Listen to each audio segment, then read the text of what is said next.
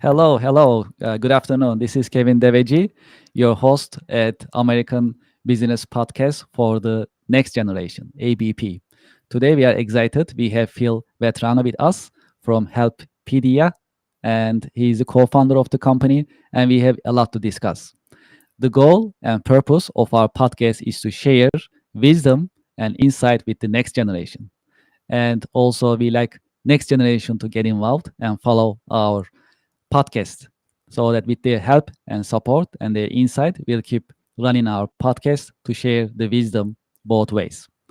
So today I'm with Phil Vetrano, as I mentioned. I'm excited to learn from him.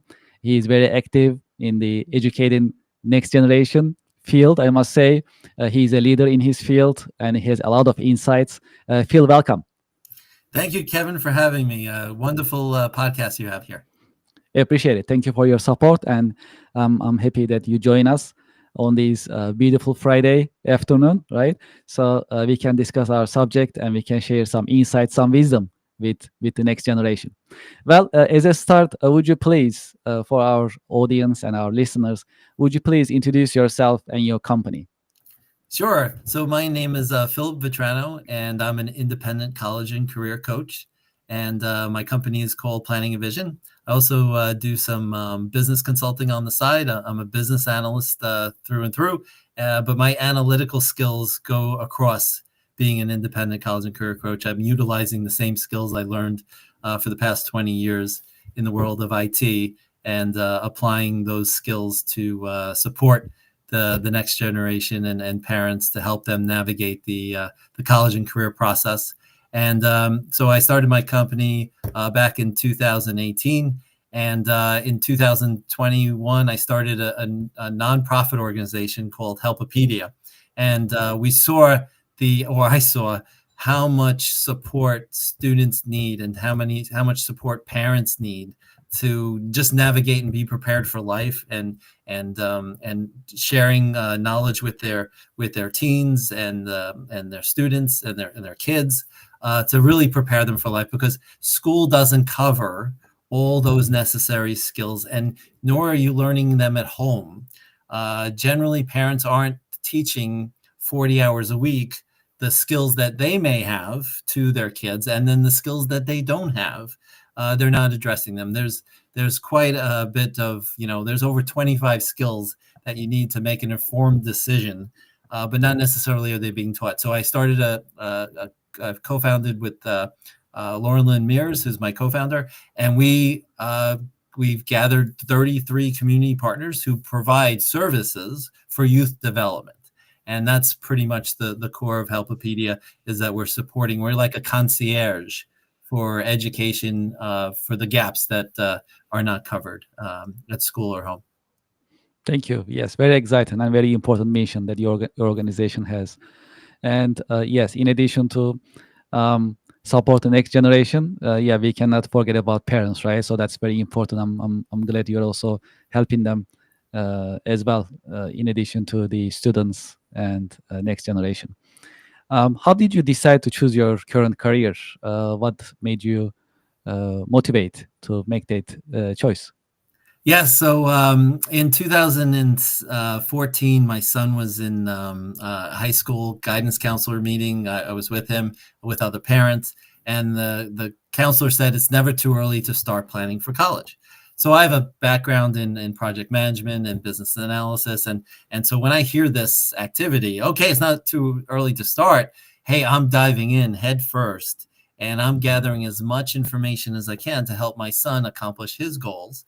And one of the goals that we established was we wanted to find a college where he would academically thrive and socially thrive, so that he could do exceptionally well and meet a lot of professors and students that were like-minded and or supporting in the subjects that requirements that he had as it relates to his education. So I spent 2.5 years diving into the analysis of data, and I saw that there was 25 skills that you needed to make an informed 12th grade decision of what you're going to do after. These kids do not have these necessary skills to do that. So that's why I started my business, to help parents and to help their teenagers to make better decisions. And through this podcast, you're going to hear the wisdom and insight that I have to Mhm. help on this journey. And parents, say to me all the time, I wish I knew you when I was in high school, because I didn't have this know-how to do this activity. In fact, society generally says you have to figure this out by yourself. But I am an analyst. I kibosh that theory. You Mhm. don't need to do this by yourself. You can have an incredible support team, a dream team surrounding you to support the activities that you're about to encounter and be exposed to what is really involved to do this the right way and to help you on your journey. Because if you're doing it by yourself and you've never done anything like this before, it is super difficult. There's not a lot of businesses that are running and working today if they didn't Mhm. do something before to get that experience. Is like diving into to the deep end and not knowing how to swim. That's not that's nothing that we should be supporting and proposing to anyone. But yet we are in this mindset that the kids are adults and they're going to make their own decisions. Great, but let's give them the information to help them with this Mhm. decision. The other challenge is your brain doesn't fully develop until you're 25. So if I were to visit myself when I was 16 or 15, I would share this important information, because my understanding that, what am I going to do now, knowing that my brain's not going to be fully developed? I'm going to surround myself with people older than 25 to get the knowledge and cognitive skills, the reasoning, the rationale, the maturity that I need to make great decisions. So if you already have that knowledge and know-how, and now you're coming up with strategies, and we'll talk about those strategies to Mhm. surround yourself with people that you really need to be connected to. Yes, very exciting. Just like an advisory board, right? You surround yourself in a way. So that's exciting. And yes, your organization has an important mission, and you interact with many different students and parents and families. So in that view, what type of how would you describe the difficulties or challenges, I must say, or what type of what part of your job, more exciting? You will say that gets you going every single day. Yeah, it's working with the students directly to share and to uncover the blind spots that they have and share this wisdom with them. And what's really interesting is the words that I use, they understand. It's the strategies that I share with them that they're total blind spots. They didn't think of these things before because they didn't know. They've never done this before. And so Mhm. now I'm providing them with so many options. And that's one of the key things that I'd like to share with parents and students is you have so many options. It's overwhelming how many options you have, but you don't discuss and find out what your options are. In order to find out what your options are, you've got to talk to a lot of people, because those people could open up doors for you, because it's what they know that could help you. But there's one thing that they have to do. The student has to communicate what it is that they're interested in learning more about, what they're interested in doing. What are they interested in learning about? Because that's the way you're going to open up doors. Because if you say nothing, who's going to give you options? You got to share what your interests are, what your passion is, because that adult on the other side, or that group of people who are surrounding you, can help you on your way for those activities. Whatever it is, whatever goals you have, other people can help you. Doing it by yourself is really hard, really difficult. I'm an analyst. I like to squash these common, mythologies of expressions. And the expression I cannot cancel out, and it's totally true, it's who you know. And no matter what like how I try to avoid that, Mhm. there's no avoiding it. Somebody's going to hire me, someone's going to pay me, someone's going to be my client. I have to get to know a lot of people. if I don't know a lot of people, I'm not going to get hired. I'm not going to know my options. So it's really a no-win situation. Now, what do they teach you in high school? Don't talk to strangers. Kindergarten, what do they tell you? Don't talk to strangers. You are losing out on your options. So let me share with you this new expression. Talk to as many professionals as you can. And now with the virtual world, you can talk to anyone virtually, any professional virtually. And your parents won't know how to do this. Why? Because they didn't go to school to learn how to network. They didn't learn how to meet people, how to make friends. There's no classes to how to make friends. There's no classes on networking. You've True. got to be surrounded by people who know what they're doing and provide you with incredible insights. But the goal, you have to know people in order to know what your options are. Yes, you can go online and see what your options are and spend all that time. But at the end of the day, you're going to have to meet somebody to make it happen. And because someone's going to interview you. You just Yes. can't get a job by just, applying to a job and hoping that you're going to get that salaried offering in an email to say, welcome aboard. Here's your start Yes. and there's your pay. No, no, no. You've got to meet people. You got to talk to people. You got to learn True. that's those skills. The So that's process. Yeah. thank you for asking that question of the challenge. Absolutely, absolutely. Great insights. Much appreciated. And that's very exciting. Interacting with as many professionals as possible, learning from them as much as possible. Very important. And it's great to hear it from you and get the insights. And our life is changing. It is because AI is coming in, and AI is becoming parts of our lives in different senses, different ways. This is still the early age. AI is not new. I went to an event before education event. They were talking about the history of AI. It goes all the way back to 1950s. However, nowadays it's more accessible, it's more affordable, it's more practical. So now it's in our life. Speaking of the next generation, so what is your take on AI? How our lives will change? What type of impact we will see of AI moving forward? Yeah, so AI can be incredibly powerful in the world of education, and it is a game changer. The question for the students and the parents is that what side of the coin is the school on? Are they empowered to take on this activity and go through a trial and error perspective to determine how this is going to work in their school? Or are they saying, or are they pushing back? No, there's no AI in our schools. We're not going to utilize AI in our schools because this is against our rules of utilizing technology to help you with your tests, with your essays, with everything that they assign you. AI could be a leverage tool to use to help you accomplish the questions. But they are against it because you're not necessarily learning if you're just asking the question. Like if they're asking, what's the economy like right now? And then you put that in the question in AI, and then you just copy and paste. That's too easy. And are you really learning? You don't even have to read it, which is not good, right? So there's a Yes. education component, and you have to ask yourself, what is it that I want to accomplish? So am I in classes that I don't really am interested in? I may never use in my life.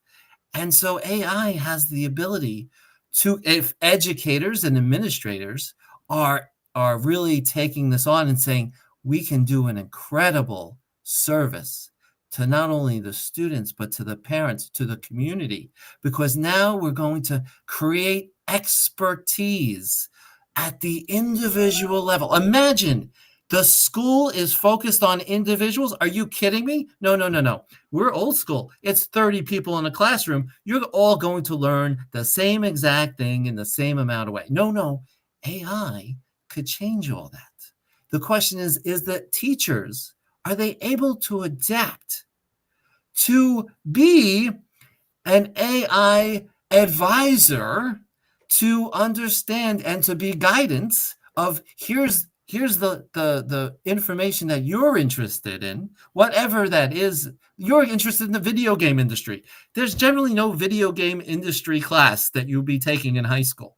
However, it can be adapted to fulfill your history requirement. We'd like you to know everything and understand the video game history. And we will be testing you on this. Why? Because AI has the ability to create tests based on the reading that you've done. So, oh my goodness. Now, the question is, why is that important? Oh, did you say you wanted to go into the video game industry? Well, guess what? It's valuable information if you're in front of the people who are interviewing you, that you understand how they got here and where it's going. So, AI could be a huge game changer. And that's just one little example of how educators could use AI to customize and tailor, which is not in this is not in their dictionary. Customizing, personalizing, and tailoring education for each student. That's why homeschooling is very attractive, because you can build the own curriculum for your children and you can execute it based on their interest and eager to learn. And you can connect them with professionals who do this for a living. And there's an incredible amount of collaboration that can happen between a professional and a student who is mentored. So AI can be the start of the conversation to improve your education system, but it requires educational leaders to be adaptive and accepting. But what the goal is for high school is to get a high school degree.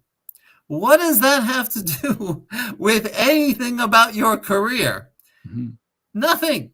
And so congratulations, they're all focused on you getting a high school degree, their cookie cutter curriculum. It doesn't have to be that way. And that can be the future if the people in charge start doing what's best. Let me say that again. Doing what's best for each student, not what's best, what they think is best, to educate students on this cookie cutter physics, biology, chemistry, which they may never use in their life. It's not practical, and it's not bringing any value to the student when they're not interested in a particular class.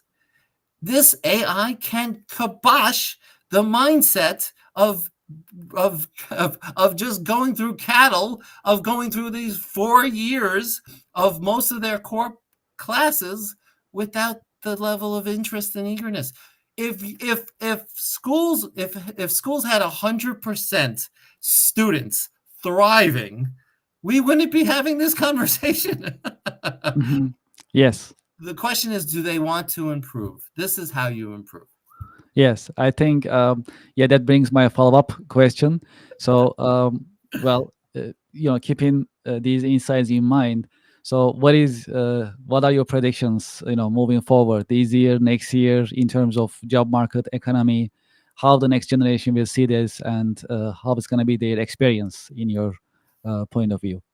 Yeah, so for the students, the next generation, the job market, your goal is to have as many skills that you enjoy that is valuable in the workforce. So critical thinking is an important skill. If you don't have those critical thinking skills, that's okay. Know a lot of people with critical thinking skills so you can tag them when you need them to fully understand the opportunities that are presented to you, because you're going to face a variety of problems in your workforce. And the question is, are you providing any value? Are you troubleshooting? Are you helping solve those problems? And you want to be helpful.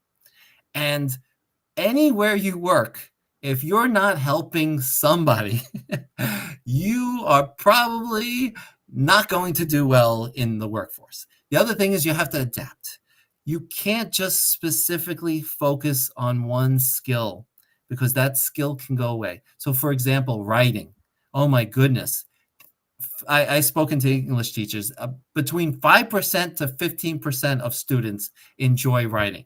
Okay, so the people who know how to write, they are wonderfully in a great position because they're in the world of communication, they're in the world of marketing, and they're able to modify the language, they're authors. I mean, and there's a lot of writing. Now, AI can write for you, correct your grammar, and now we have 85% of the population who could use AI and now improve their writing. And they don't need somebody. And so now they are less, now their question is, how are they going to do well in this particular economy? So the more skills that they have that they can apply to, this is something that's important for the job market. So the job market is hard because you have to position yourself in a way that you're a subject matter expert in something. So that's why I was talking about the video game industry. If whatever Yes. industry it is, there's thousands of industries, there's hundreds of thousands of different jobs. The question is, what is your expertise? You've got to focus on this. This is really important. Even the colleges, they want experts on their campus. Mhm. If you are an expert in a particular area, obviously if you're niche, which means that not many students know and understand networking. If Yes. you are an expert in networking and ninth grade, 10th grade, 11th grade, 12th grade, and you are actually networking in high school, you have an unbelievable advantage. Let me say that again, a huge advantage. Why? Because the other students aren't learning networking. You've just carved out a niche for yourself to impress admissions folks and your future employers because now you are well connected with lots of professionals.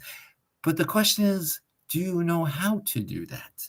And that's the learning that you'll be doing either with me, with Kevin, or others who Yes. are mentoring you and supporting you to help you with this networking activity. Because once you have that ability, you will have options galore. You will know more people. You will be able to solve more problems because you know more people. And it's personal and professional, where you can lean on them to help them, whatever the challenges or the folks are needing. You'll know somebody. Absolutely. Networking, networking, networking. That is, I think, bottom line, very important. Also, you mentioned about preparation and preparing uh, for next generation to prepare themselves for their future career path. What is your take on internship and apprenticeship programs? Yeah, so apprenticeship programs don't get enough publicity. They don't get a lot of conversations, even in guidance counselor offices. They're really, high schools push you to go to college, whether you're ready or not, whether you have the skills necessary or possible. The stats are really sad. 62% of students who go to college will graduate in 6 years. That means 38% are not. The other sad part is only 42% of students are graduating in 4 years, which means that it's a really expensive decision that you're making, and your likelihood is reduced. And they have not set you up for success. So if your goal is to be set up for success for college so that you can improve, so my son was able to graduate with all the degrees in 3 years. Why? Because we planned ahead and we got in front of it to be proactive, to know which college would be a great fit and accept his credits from high school, because Mhm. he earned a lot of credits in high school. Why? Because he planned ahead and he saved mom and dad a lot of money because he did this activity. So preparation is important. Apprenticeships don't get enough publicity, but imagine you are working for a company and they're training you in the craft that you're doing. Isn't that wonderful? Instead of paying a college up to $90,000 a year to learn academic subjects, which you may not even get a hands-on experience with some of the learning that you're doing, and you are learning a lot of theory, but may not be actually applying them, depending on the curriculum and things like that. But it is something to consider. And that's the thing is, do you know what your options are? Do you know what your interests are? If I just said there's over 10,000 jobs, how are you going to narrow that down? Well, I have a methodology to help with that process, which doesn't take a lot of time. You would think it would take a lot of time, but when you have a methodology to go by that no one has ever shown you how to do, it really helps and saves time. And this is what every student, and this is the other thing, is the agenda of the schools. It's cookie cutter, it's go through the curriculum. Has nothing to do with helping you find out what your interests are. Isn't that the saddest thing?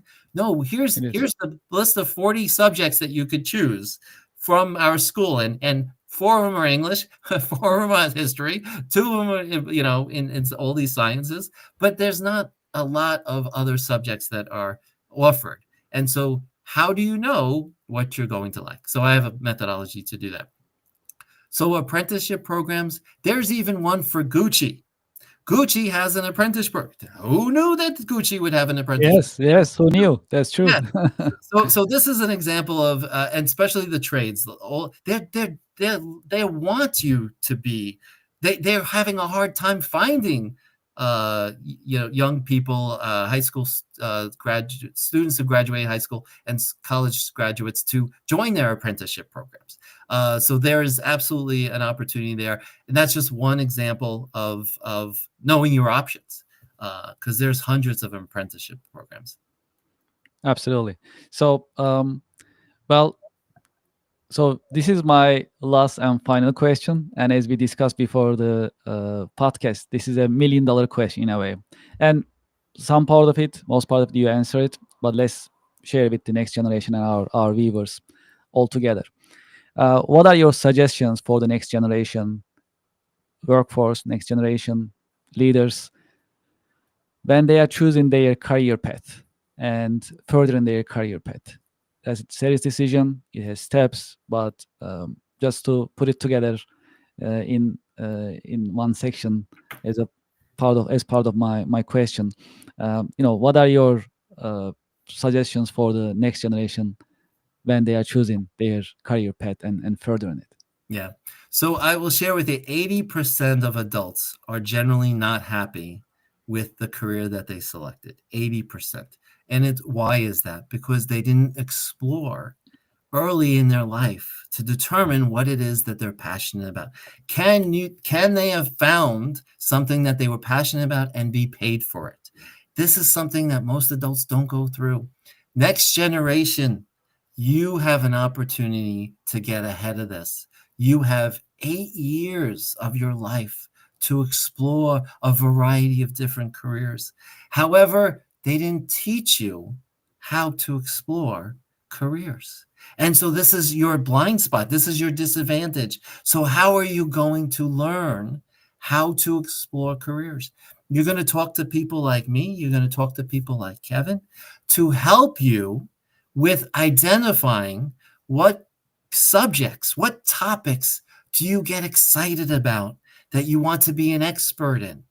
Going through that list is really important, because you could always go back to that list when you've discovered, and I can't tell you the stories about students going to college thinking, having ideas that they really like this subject, Mhm. but they really haven't done their diligence and homework to really understand what they were signing up to. So they have visions of psychology, they have visions of accounting, and they start, and then they can't finish. They don't like it. Why? Because they didn't know what they were signing up to. So my wisdom to you is exploring different topics, start digging in, seeing if you like it. If you don't like to read that 25 chapter textbook about a topic, you don't have to. But guess what? Not knowing what that 25 subject textbook is about and only signing up to the class on freshman year and opening that book and saying, this is not for me, that's not a good time to find out. So there's ways to get, and this is the key. In high school, they don't teach you how to be proactive for your life preparation. And so this is how you can be proactive, is to start learning, start connecting with professionals and learning about the subjects that you are interested in, because then you're surrounding yourself with people who are experts in these subjects that you can go to be mentors, because you don't know how much power you have. Here's wisdom for next generation. You have power. You can talk to any professional, introduce yourself. Hi, my name is Phil. I'm a 10th grader and I'm interested in engineering. That adult, if they know how to network, will not just answer the question about what they know about engineering, but they'll introduce you to engineers. And now the first day of your life for a career has just started. And the question is, how intrigued are you when you meet with engineers? Do you admire the work that they're doing? Do you like the work they're doing? And you're asking a lot of questions and they're going to tell you. And what's interesting is adults will just take over and just dump information on your lap. And you don't have to say a word if you don't have questions. And that's the other thing I've noticed with next generation. They're not very inquisitive and curious about careers. It's about their future. They've never done this before. I'd rather be doing something else. That's what they're saying to themselves. Now, you tell me otherwise. Please tell me. I started planning for my future in ninth grade. I'd love to hear that. And I'd be so impressed. I admire you for doing that, because you are unique. And guess what? You have a huge advantage over all the students who haven't started yet. Phil, it's been a pleasure. Can you believe it's been 30 minutes? I think we can go for hours. This conversation is great. And I know it's very insightful for next generation, for our followers and listeners as well. I truly appreciate it. So before we end it, how our listeners and followers can get in touch with you and your organization? Excellent. So I have a website. It's called planningandvision.com. And you could book an appointment with me. Be happy to speak with you for a half hour to see how I can help you accomplish your goals and dreams. And that's and you could also email me at Phil, PHIL, at planningandvision, one word.com. Thank you very much, Phil. And we'll definitely have a follow-up conversation with the next generation as we discuss. So I'm looking forward to it. Thank you very much. And to our listeners and our followers, thank you very much for your interest and for your support. We are looking forward to having you at our next podcast session. Thank you very much and have a nice day.